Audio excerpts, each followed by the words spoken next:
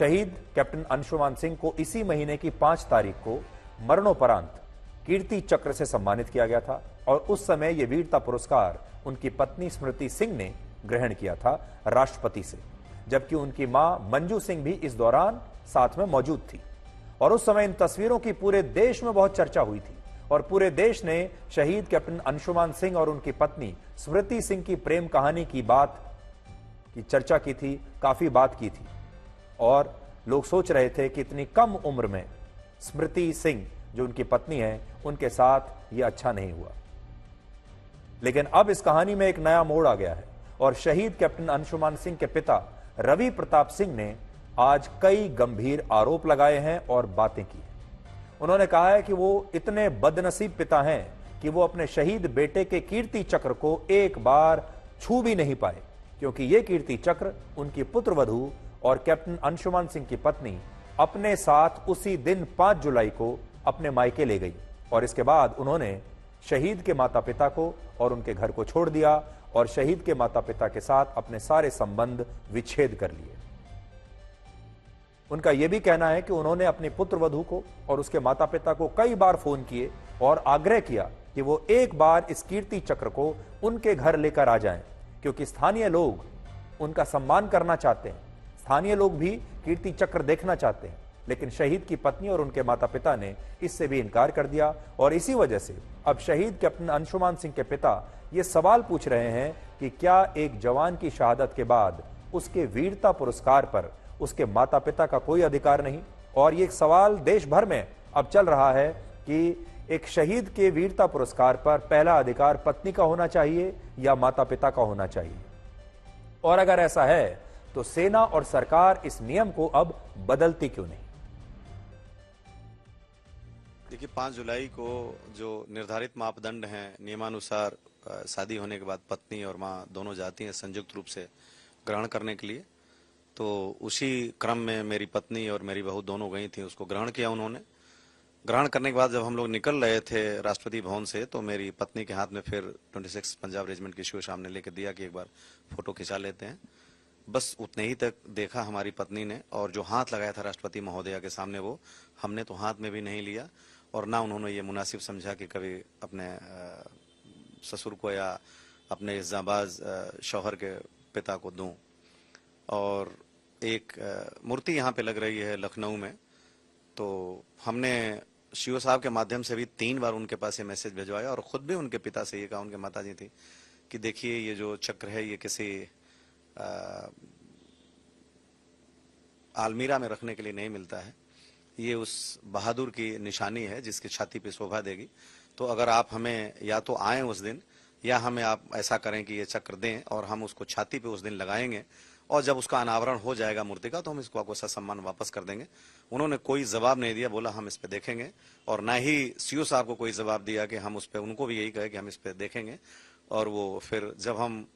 6 तारीख को मानेकशा सेंटर के बाद माननीय रक्षा मंत्री से मिलने के लिए गए थे, तो उनसे मिल करके जब तक हम होटल पहुंचे तब तक वो लोग होटल से चेकआउट करके जा चुके थे 12 बजे। शहीद कैप्टन अंशुमान सिंह के पिता का कहना है कि वो कभी नहीं चाहते थे कि उनके परिवार की ये अंदरूनी बातें, आपस की बातें पूरे देश को और पूरे समाज को पता चलें। ये घर की बातें हैं, इन्हें घर में ही रह जाना चाहिए था। उनका कहना है कि जब कीर्ति चक्र को ग्रहण करने से पहले उसकी एक दिन पहले रिहर्सल हुई, तब उसमें शहीद की मां और उनकी पत्नी दोनों शामिल हुए थे और इस रिहर्सल में कीर्ति चक्र की जगह उस समय एक डमी पदक को सांकेतिक रूप से उन्हें दिया गया था। और रिहर्सल में जब ये डमी कीर्ति चक्र के रूप में जब शहीद कैप्टन अंशुमान सिंह की मां मंजू सिंह ने जब इसे ग्रहण किया, जिसके बाद सेना की तरफ से उन्हें कहा गया कि इस सम्मान को शहीद की पत्नी स्मृति सिंह को ही ग्रहण करना चाहिए और उनकी मां सिर्फ उनके साथ खड़ी रहें या उसमें थोड़ा सा एक हाथ लगा दें। तो उनका कहना है कि परिवार ने इस बात को भी मान लिया कि जब पदक को ग्रहण करने की बारी आएगी तो पत्नी ही ग्रहण करेगी, मां पीछे रहेगी।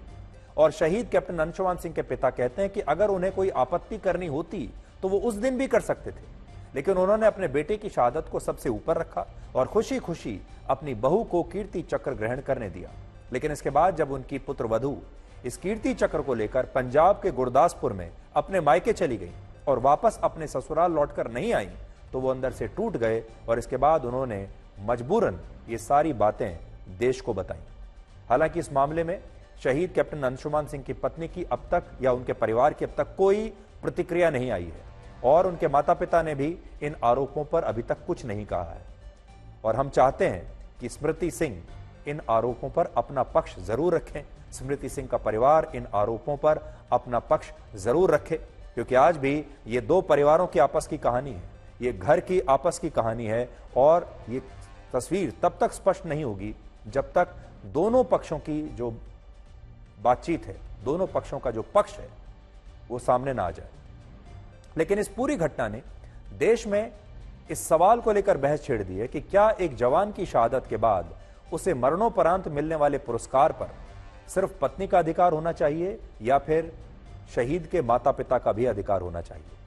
6 जुलाई को जब शहीद कैप्टन अंशुमान सिंह की पत्नी ने उनके कीर्ति चक्र को ग्रहण किया था, तब देश में उनकी प्रेम कहानी की चारों तरफ चर्चा हो रही थी। 19 जुलाई 2023 को जब 26 वर्ष की उम्र में कैप्टन अंशुमान सिंह सियाचिन में देश के लिए वीर गति को प्राप्त हुए, तब उनकी शादी को सिर्फ 5 महीने हुए थे। और जब इस प्रेम कहानी के बारे में 26 वर्ष की स्मृति सिंह ने पूरे देश को बताया, तो उनकी इस प्रेम कहानी को लोगों ने अपने सोशल मीडिया पर शेयर किया। लेकिन अब यह कहानी पूरी तरह से पलट रही है और अब इसने देश में एक नई बहस छेड़ दी है। आज जो खबर मैं आपको बता रहा हूं, यह बड़ी दिल तोड़ने वाली खबर है। हमने ऐसा सोचा भी नहीं था कि इस कहानी में यह नया मोड़ आएगा। अब देखिए, इस शहादत के पीछे कुर्बानी तो दोनों की है, माता पिता की भी कुर्बानी है और उस पत्नी की भी कुर्बानी है जिसकी शादी हुए सिर्फ 5 महीने हुए थे। और जब पूरे देश ने स्मृति सिंह की ये बातचीत देखी, स्मृति सिंह ने जब ये इंटरव्यू दिया, तो पूरे देश की आंखें नम हो गई थी।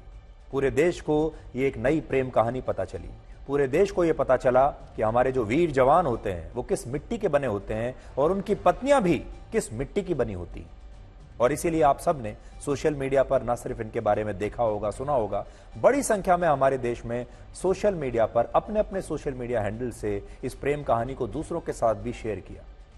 और सबको स्मृति सिंह पर बहुत दया आ रही थी कि इतनी कम उम्र में इस बच्ची के साथ जो कुछ हुआ वो ठीक नहीं हुआ,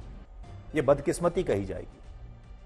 लेकिन अब दोनों परिवारों के बीच में आपस में विवाद पैदा हो रहा है और शहीद के माता पिता कुछ और कह रहे हैं और स्मृति सिंह अभी चुप हैं। उनके परिवार की तरफ से अभी तक कोई टिप्पणी नहीं आई है। लेकिन नियम क्या कहते हैं? अगर कोई शहीद होता है, अगर कोई वीर जवान अपनी शहादत देता है, उसके वीरता पुरस्कार पर और पुरस्कार में जो बाद में और सुविधाएं दी जाती हैं, जो पैसा दिया जाता है, मुआवजा दिया जाता है, उस पर पहला अधिकार किसका होता है? तो अब आप ये देखिए कि हमारे देश में शहीदों के निकटतम परिजन को लेकर क्या नियम है, जिसे अंग्रेजी में नेक्स्ट टू किन कहते हैं। हमारे देश में जब कोई जवान सेना में भर्ती होता है तो उसे एक ऑर्डर का पालन करना होता है, जिसे पार्ट 2 ऑर्डर कहते हैं। ये एक तरह का एक फॉर्म होता है जिसमें तमाम जवानों को ये बताना होता है कि अगर वो शहीद हो जाते हैं तो इस स्थिति में उनके जाने के बाद उनका निकटतम परिजन कौन होगा। ये निकटतम परिजन उस जवान की पत्नी भी हो सकती है, मां भी हो सकती है, पिता भी हो सकते हैं, भाई भी हो सकता है, बहन भी हो सकती है। ज्यादातर मामलों में जब जवान शादीशुदा होते हैं तो वो अपनी पत्नी को ही अपना निकटतम परिजन चुनते हैं, जबकि अविवाहित होने की स्थिति में ज्यादातर लोग अपने माता पिता को अपना निकटतम परिजन चुनते हैं, बनाते हैं। यानी कोई एक ही व्यक्ति जवान का निकटतम परिजन हो सकता है, 2 लोग नहीं हो सकते। पत्नी और माता पिता एक साथ नहीं हो सकते। और बाद में इसी निकटतम परिजन को उस जवान की शहादत के बाद सारे लाभ और सुविधाएं मिलती हैं। इन लाभ और सुविधाओं में मरणोपरांत पुरस्कार होता है, एक मुआवजा होता है, पेंशन होती है और दूसरे तमाम लाभ, आर्थिक लाभ और सुविधाएं होती हैं। और ज्यादातर मामलों में शादीशुदा जवान अपनी पत्नी को ही अपना निकटतम परिजन चुनते हैं और जब वो जवान शहीद होता है तो उसका मरणोपरांत पुरस्कार, पेंशन, आर्थिक सुविधाएं और तमाम चीजें पत्नी को मिलती हैं और माता पिता को कुछ नहीं मिलता। हालांकि यहां आपको जवानों के इस असमंजस को भी समझना होगा, क्योंकि अगर वो अपनी पत्नी को अपना निकटतम परिजन ना बनाते तो उन्हें यह चिंता होती है कि उनकी शहादत के बाद उनकी पत्नी का क्या होगा। और अगर उनका अपना परिवार उनकी पत्नी के साथ ठीक से व्यवहार ना करे तो उनकी पत्नी कहां जाएगी। उन्हें इस बात की चिंता हमेशा लगी रहती है, क्योंकि उनके शहीद होने के बाद पीछे से क्या हो कोई नहीं कह सकता। इसलिए वो सबसे पहले अपनी पत्नी के बारे में सोचते हैं। और अगर वो अपने माता पिता को अपना निकटतम परिजन नहीं बनाते तो उन्हें यह चिंता सताती है कि उनके माता पिता का क्या होगा। अगर उनकी पत्नी ने उनके माता पिता के साथ सही व्यवहार नहीं किया, अगर उनकी पत्नी ही माता पिता के साथ नहीं रही, तो फिर माता पिता का क्या होगा। और इसीलिए यहां आपको जवानों के इस असमंजस को भी बहुत ठीक से समझना होगा कि जवान आखिर किसे चुने। जब एक ही नाम लिख सकते हैं, या तो पत्नी और या माता पिता, तो जवान किसका नाम लिखेगा। हमारे देश में एक नियम है जिसमें अगर शहीद के माता पिता सेना को यह बताते हैं कि वो अपने शहीद बेटे पर पूरी तरह से आर्थिक रूप से आश्रित थे और उसकी पेंशन उसकी पत्नी को मिलने से उनके पास अब कुछ नहीं बचा है, तो वो रक्षा मंत्रालय से मदद मांग सकते हैं। और रक्षा मंत्रालय ऐसे मामलों में जांच करा सकता है, और जांच में अगर यह बात सही साबित हो तो शहीद के माता पिता आर्थिक रूप से साबित हो जाए कि कमजोर है और शहीद की पत्नी से उन्हें कोई लाभ नहीं मिल रहा है, तो रक्षा मंत्रालय पेंशन को आधा आधा माता पिता और पत्नी के बीच बांट सकता है। और कारगिल युद्ध में ऐसा करने की कोशिश भी हुई थी। कारगिल युद्ध में सेना के एक अफसर युद्ध के मैदान में जाने से पहले अपने डिवोर्स के पेपर पर साइन करने ही वाले थे, यानी अपने तलाक के कागजों पर, दस्तावेजों पर साइन करने ही वाले थे। ये एक, मैं आज उनका नाम नहीं बता रहा हूं, लेकिन एक सेना के बड़े अफसर थे और इनका तलाक होने वाला था। कागज पर साइन करने बाकी थे, लेकिन उससे पहले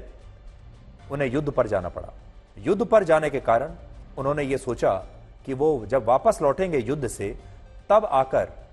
अपने तलाक के कागजों पर साइन कर देंगे। लेकिन इसी बीच जब वो युद्ध के मैदान में गए तो वो शहीद हो गए और उनकी पेंशन, उन्हें मिलने वाला पुरस्कार, उनका मुआवजा, तमाम सुविधाएं उनकी पत्नी को मिल गए। और इसके बाद जब शहीद के माता पिता ने रक्षा मंत्रालय से मदद मांगी और कहा कि इन दोनों के बीच में संबंध अच्छे नहीं थे और पत्नी पेंशन लेकर और सारी सुविधाएं लेकर उनके माता पिता को अकेला छोड़ रही है, और रक्षा मंत्रालय ने जब देखा कि उनकी मांग सही थी, उचित थी, तब रक्षा मंत्रालय ने शहीद सैनिक की पेंशन को आधा आधा बांटने का फैसला किया। हालांकि यह फैसला तब कुछ कारणों से लागू नहीं हो पाया था, लेकिन यह आज हम आपको एक उदाहरण दे रहे हैं और आपको बता रहे हैं कि इस तरह के मामले पहले भी होते रहे हैं। जब कोई जवान शहीद हुआ है और उसकी पेंशन और सारे आर्थिक लाभ पत्नी को मिल गए, लेकिन माता पिता भी पूरी तरह से शहीद पर ही आश्रित थे और उसके बाद माता पिता ने अपील की, तो फिर बाद में उनकी मदद हुई। इसलिए आज हम यही कहना चाहेंगे कि जब एक जवान सेना में जाता है, देश के लिए अपनी शहादत देता है, उस जवान को पालने में, पोसने में, उसको यहां तक पहुंचाने में सबसे बड़ा योगदान होता है उसके माता पिता का। सबसे ज्यादा कुर्बानी होती है उसके माता पिता की, सबसे ज्यादा परिश्रम, मेहनत, और सबसे बड़ी बात, सेना में अगर जाना है तो वो संस्कार जो मिलते हैं वो माता पिता से मिलते हैं। और जब उनका वो बच्चा शहीद हो जाता है और फिर माता पिता को अलग थलग छोड़ दिया जाता है, तो ये बड़ा दुर्भाग्यपूर्ण है। इसलिए आज हम ये कहना चाहेंगे कि जब भी कोई किसी की शहादत हो, हमारा कोई वीर जवान शहीद हो, तो सरकार को यह देखना चाहिए कि अगर माता पिता शहीद पर आश्रित थे तो माता पिता को भुला ना दिया जाए, माता पिता का भी ख्याल रखा जाए और माता पिता को भी उनका जो अधिकार है उस बच्चे पर, उस जवान पर, वो उन्हें आजीवन मिलना चाहिए।